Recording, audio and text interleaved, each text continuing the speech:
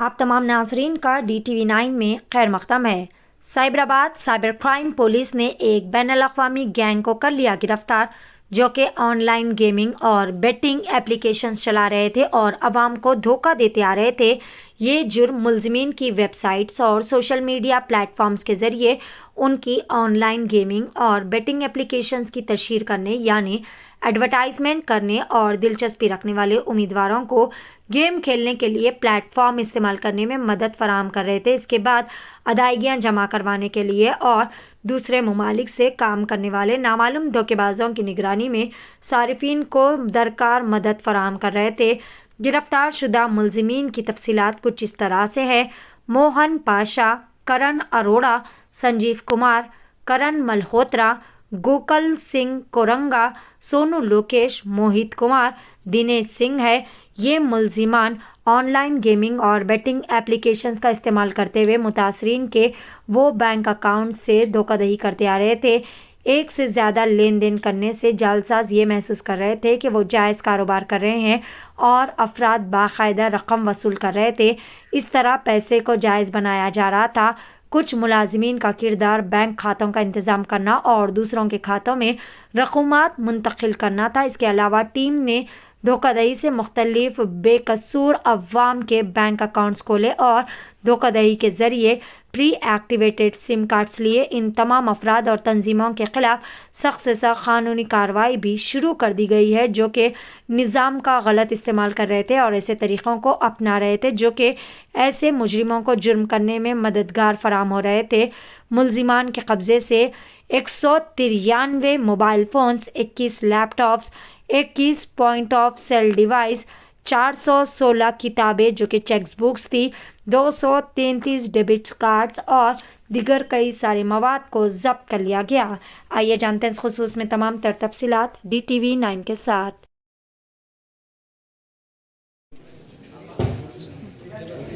आज Cyberabad police commissionerate में ये प्रेस कॉन्फ्रेंस हो रहा है।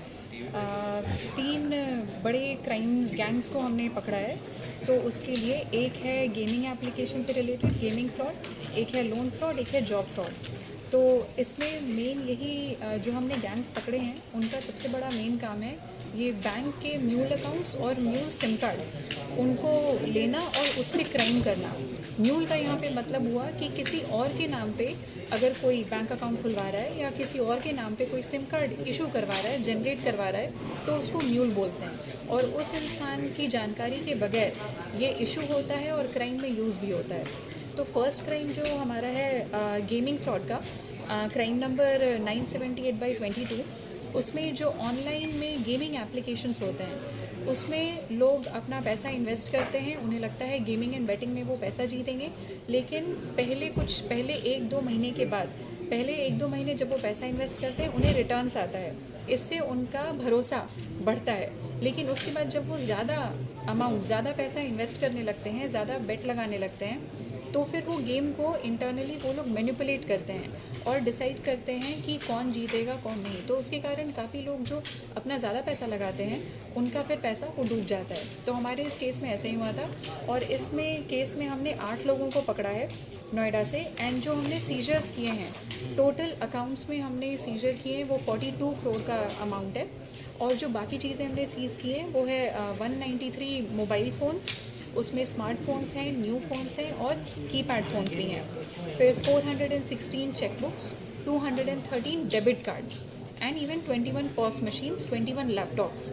तो ये सारी चीज़ें प्लस 8 अक्यूज़ को हमने नोएडा से पकड़ा है।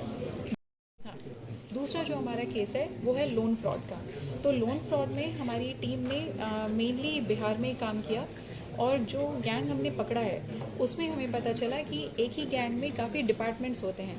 एक डिपार्टमेंट होता है जिनका काम होता है ये अकाउंट नंबर्स लेना, पब्लिक के नाम पे खुलवाना, किसी उनसे धोखाधड़ी करके। दूसरे लोग होते हैं उनका काम होता है सिम्स जनरेट करना फ्रॉडुलेंट पे। कुछ लोगों का काम होता है सिर्फ टेलीकॉलर्स, वो लोगों को कॉल करके बोलते हैं कि आपको लोन मिलेगा, आपको ये मिलेगा, कम रेट पे मिलेगा, जल्दी मिलेगा। फिर एक होता है कॉल सेंटर का। तो ये सारे लोग एक साथ मिलके एक सिंडिकेट चला के करते हैं। जो भी हमने 3 लोग पकड़े हैं उन्होंने पिछले 2 साल में लगभग 650 से ज़्यादा बैंक अकाउंट्स और 700 से ज़्यादा सिम कार्ड्स उन्होंने बेचे हैं दूसरे फ्रॉडस्टर्स को और क्राइम करने के लिए। तो इसमें अभी हम और इन्वेस्टिगेशन करेंगे और भी लोग काफ़ी सामने आएंगे। इसमें वो लोन्स देने की बात जो करते हैं वो कभी फेसबुक पे एज एन एडवर्टीजमेंट आता है, गूगल पे एज एन एडवर्टीजमेंट आता है। जब आप उस पर क्लिक करेंगे तो जो कॉन्टैक्ट नंबर होता है वो हमेशा इन फ्रॉडस्टर्स का ही होता है। तो इसके कारण फिर लोग अपना पैसा लॉस करते हैं, क्योंकि ये ढेर सारे आपको डॉक्यूमेंट्स भेजते हैं बिल्कुल जो देखने में बिल्कुल सही लगता है, लेकिन ये फॉर्ज डॉक्यूमेंट्स होते हैं। और लोन देने के नाम पे ये आपसे बहुत पैसे मांग लेते हैं, loan processing fee, loan charging fee, GST charges, 1000 तरह के नाम पे। तो ये इसमें हमने 3 लोगों को पकड़ा और जो हमारी रिकवरी हुई है, रिकवरी में हमारे पास 17 डेबिट कार्ड्स, 3 पासबुक्स, 4 स्मार्टफोन्स और जो ये फेक डॉक्यूमेंट्स हैं ये सारे बरामद हुए हैं। केस है थर्ड, हाँ, जो थर्ड केस है हमारा वो है जॉब फ्रॉड का। तो जॉब फ्रॉड में हमारे यहाँ अभी रिसेंटली इनॉग्रेट हुआ था TSPCC, Telangana state police centre for cyber security. उन्होंने ये जॉब फ्रॉड के मेथड को उन्होंने अच्छे से समझा, ढेर सारा डेटा एनालाइज किया सारे FIRs का, और फिर उनके इंटेल पे हमारी जो टास्क फोर्स है वो जाके 2 जगह पे उन्होंने साइमल्टेनियसली रेड किया, बिहार में एंड नोएडा में। और वहाँ से फिर हमें एक कॉल सेंटर बरामद हुआ।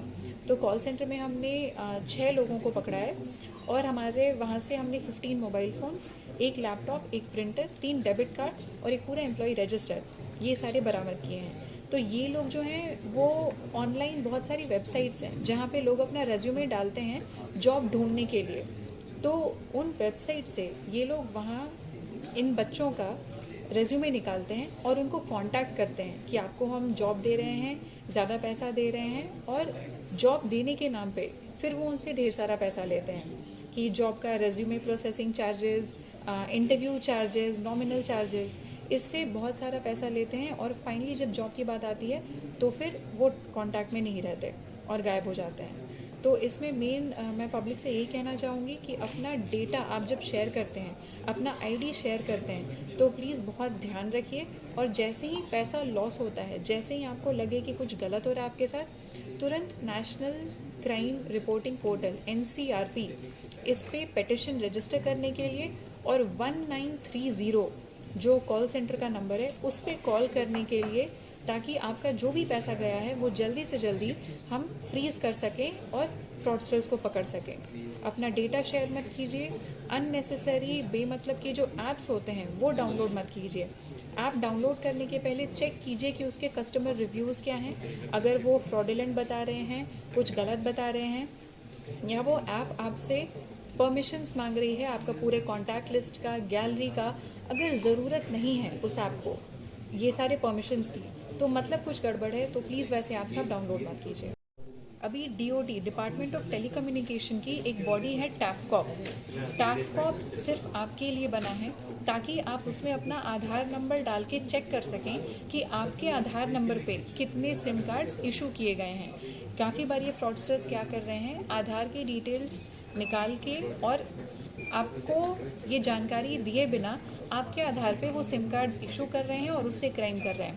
तो आप टैफकॉप को यूज़ कीजिए, TAFCOP, ये वेबसाइट पे आप जाइए, अपना आधार नंबर डालिए और देखिए कितने सारे सिम कार्ड्स हैं।